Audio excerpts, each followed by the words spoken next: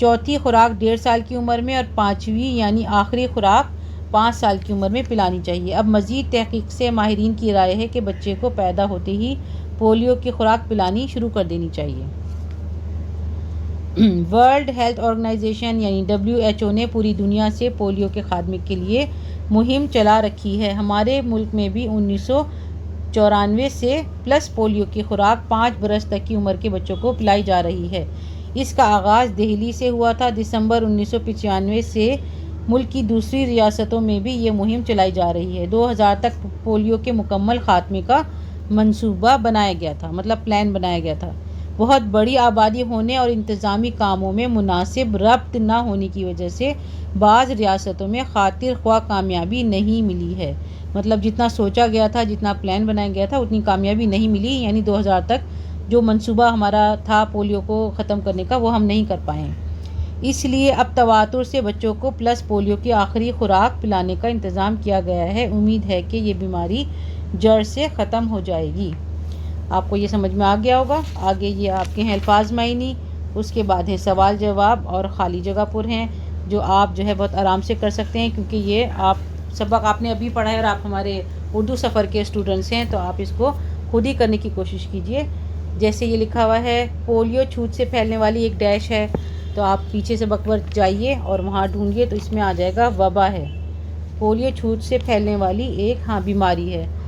چھوت کی دوسری بیماریوں کی طرح پولیو بھی ڈیش کی صورت اختیار کر سکتا ہے، تو اس میں جو ہے اختیار کر سکتا ہے، یہ یا تو وبا آ جائے گا یا متعدی بیماری۔ آپ اپنے لیسن کی ریڈنگ کریں اور ہمارے اچھے اسٹوڈنٹس کا نمونہ پیش کرتے ہوئے یہ آپ اپنا کام خود کریں۔ آگے ہیں آپ کے واحد جمع اور جملے اور تھوڑا سا اس کا ضابطے لاحقے وقت کا کام ہے، جلدی جلدی اس کو کر لیتے ہیں۔ سبق نمبر 8 پولیو وبا متعدی بیماری وہ بیماری جو ہوا خراب ہونے سے بکثرت پھیلے۔ حملہ آور حملہ کرنا، گرفت پکڑ مبتلا ہونا، اشیاء شے کی جمع چیزیں، وائرس بیماری پیدا کرنے کا مادہ، بیماری کی وجہ، بیکٹیریا جرثومہ، جاندار لیونگ تھنگ، ساخت بناوٹ، درجے مرحلے سٹیجز، صلاحیت گھسنا جذب ہونا اثر دکھانا، سوزش تکلیف جلن، کیفیت حالت، اعصاب ذہن حواس اور پٹھے۔ سرسام ایک ہذیانی مرض جس میں انسان کے دماغ میں ورم ہو جاتا ہے۔ خلیوں خلیہ کی جمع سیلز، موجب سبب باعث وجہ، فوری جلدی یعنی فوراً، حرام مغز ریڑھ کی ہڈی، پشت کے مہروں کا گودا، اپاہج چلنے پھرنے سے معذور، خواہ چاہے، قوت مدافعت بچاؤ، روگ کی طاقت امیونٹی، اعصابی نظام نروس سسٹم براہ راست ڈائریکٹ، نشوونما بڑھنا گروتھ، عضلات بدن کے حصے عضلہ کی جمع، ہلاک مارنا ختم کرنا وابستہ جڑے ہوئے، ناکارہ بیکار، فتوحات فتح یا جیت کی جمع، فتوح بھی ہوتا ہے اس کا واحد، ویکسین دوا جو ٹیکے کے ذریعے دی جائے، جدید نئی تحقیقات ریسرچز تحقیق کی جمع، مہم بڑا اہم کام، خاطر خواہ دل پسند خواہش کے مطابق، قطرے یعنی ڈراپس بوندیں، منصوبہ تدبیر یا پلان، تواتر مسلسل کنٹینیوسلی، ربط رابطہ تعلق، آغاز شروعات، فالج وہ بیماری جس میں نصف جسم اور کبھی پورا بیکار ہو جائے، مفلوج یعنی جس پر فالج کا اثر ہوا ہو وہ شخص، پیرالائزڈ گزشتہ گزرا ہوا۔ آگے ہے آپ کی مشق۔ پولیو کیا ہے؟ پولیو چھوت سے پھیلنے والی ایک بیماری ہے جس کا پورا نام پولیو مائلائٹس ہے۔ یہ بیماری کیسے پیدا ہوتی ہے؟ پولیو 3 قسم کے وائرس پولیو 1، پولیو 2، پولیو 3 میں سے کسی بھی وائرس کے جسم میں داخل ہونے سے ہو سکتا ہے۔ پولیو کا وائرس جسم میں کیسے داخل ہوتا ہے؟ پولیو میں وائرس عام طور پر ناک اور منہ کے ذریعے جسم میں داخل ہوتے ہیں۔ پولیو کا وائرس جسم میں داخل ہونے کے بعد کس نظام پر اثر انداز ہوتا ہے؟ پولیو کا وائرس جسم میں داخل ہونے کے بعد زیادہ تر اعصابی نظام پر اثر کرتا ہے، یعنی ہمارے نروس سسٹم پر اثر کرتا ہے۔ پولیو کے روک تھام کے لیے کیا کرنا چاہیے؟ پولیو ویکسین کی ایجاد سے قوی امید پیدا ہو گئی ہے کہ پولیو کے خطرے کو مکمل طور پر ختم کیا جا سکتا ہے۔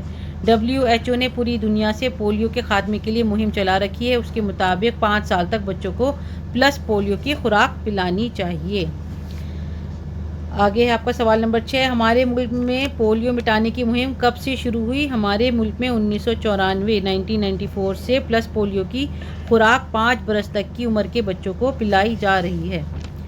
آگے ہیں آپ کے واحد جمع، جراثیم جمع ہے تو آپ نے لکھنا ہے اس کا جرثومہ، اعصاب عصب، مقامات مقام، عضلات عضلہ، فتوحات فتح بھی ہو سکتا ہے اور فتوح بھی ہو سکتا ہے، تحقیقات تحقیق۔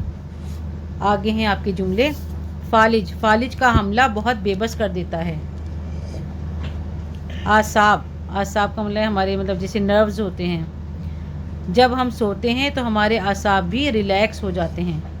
چھوت، چھوت کی بیماریوں سے بچنے کے لیے بہت احتیاطی تدابیر کرنی پڑتی ہیں، یعنی کمیونیکیبل جو ڈیزیز ہیں ان کے لیے بہت پریکاشنز لینی پڑتی ہیں۔ سوزش، ٹھنڈی اور کھٹی چیزوں سے گلے میں سوزش ہو جاتی ہے۔ دماغ، قرآن پڑھنے سے دماغ تیز ہوتا ہے۔ خلیہ، زندگی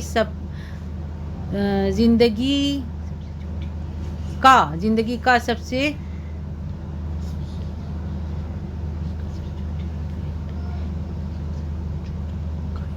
زندگی کا سب سے چھوٹی اکائی، زندگی کی سب سے چھوٹی اکائی خلیہ ہے۔ زندگی کی سب سے چھوٹی اکائی مطلب سب سے اسمالسٹ یونٹ جو ہے وہ خلیہ ہے، سیل ہے۔ ایجاد، ضرورت ایجاد کی ماں ہے۔ مہم، گرمی کی چھٹیوں میں گھروں میں صفائی کی مہم چلائی جاتی ہے۔ اور آپ یہ بھی بنا سکتے ہیں کہ آپ کے ایک وہ آ رہا ہے کہ سبق نمبر 14 میں جیسے لکھا نا، قطب جنوبی کی پہلی مہم جو ہے وہ بر اعظم انٹارکٹیکا میں ہوئی، ایسے کر کے کوئی بھی جملہ بنا سکتے ہیں۔ یا WHO نے جو ہے بیماریوں کو ختم کرنے کے لیے مہم چلا رکھی ہے۔ خاطر خواہ، دو لفظوں خاطر اور خواہ سے بنا ہے، 3 بامعنی الفاظ لکھیے، خیر خواہ، بد خواہ اور قرض خواہ۔ یہ کام تو آپ کا مکمل ہو گیا ہے، اب ہم دیکھتے ہیں آپ کا کیا کام ہمیں بتانا ہے۔ ہاں، لاسٹ کویسچن آپ کا تھا کہ پولیو اور اس جیسی دوسری متعدی بیماریوں سے تحفظ کے لیے مزید معلومات حاصل کریں۔ مطلب اس کا یہ ہے کہ اس سے ہمیں بچنے کے لیے کیا کیا کرنا چاہیے، اور کون کون سی بیماریاں ہیں جو متعدی ہوتی ہیں یا کمیونیکیبل ہوتی ہیں، تو اس کے لیے کیا پریکاشنز لینی چاہیے۔ تو آپ ذرا اپنے دماغ کو دوڑائیے اور سوچیں ایسی کون کون سی بیماریاں ہیں۔ ہم آپ کو 2-3 سیکنڈ دے رہے ہیں، جلدی جلدی سوچئے۔ جی، ایک تو ہمارے پاس سب سے بڑی مثال ہے کرونا کی، ٹھیک ہے، دوسرا ہم لکھیں گے چکن پاکس، اور تیسرا طاعون یعنی پلیگ، ٹھیک ہے۔ یہ تینوں بیماریاں جو ہیں ان سے محفوظ رہنے کے لیے پریکاشن یہی ہیں کہ اگر ہمارے آس پاس کوئی ایسا مریض ہو تو ہمیں ماسک لگانا چاہیے، اور اس کا جو ہے بالکل روم الگ کر دیں، اس کا سونے کا بستر ہے، اس کے کھانے پینے کی چیزیں، برتن اور ٹاول، اور اس کو بچوں سے اور بزرگوں سے دور رکھا جائے، اور جو انسان اس کی کیئر کر رہا ہے وہ اپنے آپ کا بھی بہت زیادہ اچھے سے دھیان رکھے، بار بار ہاتھ دھوتا رہے۔ ظاہر ہے کیئر تو کرنی ہے، پیشنٹ کا خیال بھی رکھنا ہے، تو ماسک لگا کے رکھے گا، بار بار جو ہے ہاتھ دھوئے گا، تو اسے انفیکشن کا ڈر کم رہے گا۔ اور دوسرے یہ کہ ہر بیماری کے حساب سے اس کو آئسولیٹ کیا جا سکتا ہے، کوارنٹائن کیا جا سکتا ہے 2 ویکس 3 ویکس اس طرح، اور ڈاکٹر سے بھی صلاح مشورہ لے سکتے ہیں، اور اس کے ساتھ ساتھ آپ کے پاس گوگل ہے، نیٹ ہے، تو آپ سرچ بھی کر سکتے ہیں اگر آپ کے دماغ میں کوئی بات نہیں آ رہی ہے، ذہن سے نکل گئی ہے، تو جو بھی بیماری ہے اس کے بارے میں آپ دیکھ سکتے ہیں، ٹھیک ہے۔ یہ 3 بیماریاں ہیں، چکن پاکس، کرونا اور پلیگ۔ چلیں ٹھیک ہے، اس کے بعد اب ہم اگلا لیسن پڑھیں گے کہ فائز شعاری بہت اچھی نظم ہے، پڑھنا نہ بھولیے گا ہمارے ساتھ اردو سفر پر۔ اللہ حافظ۔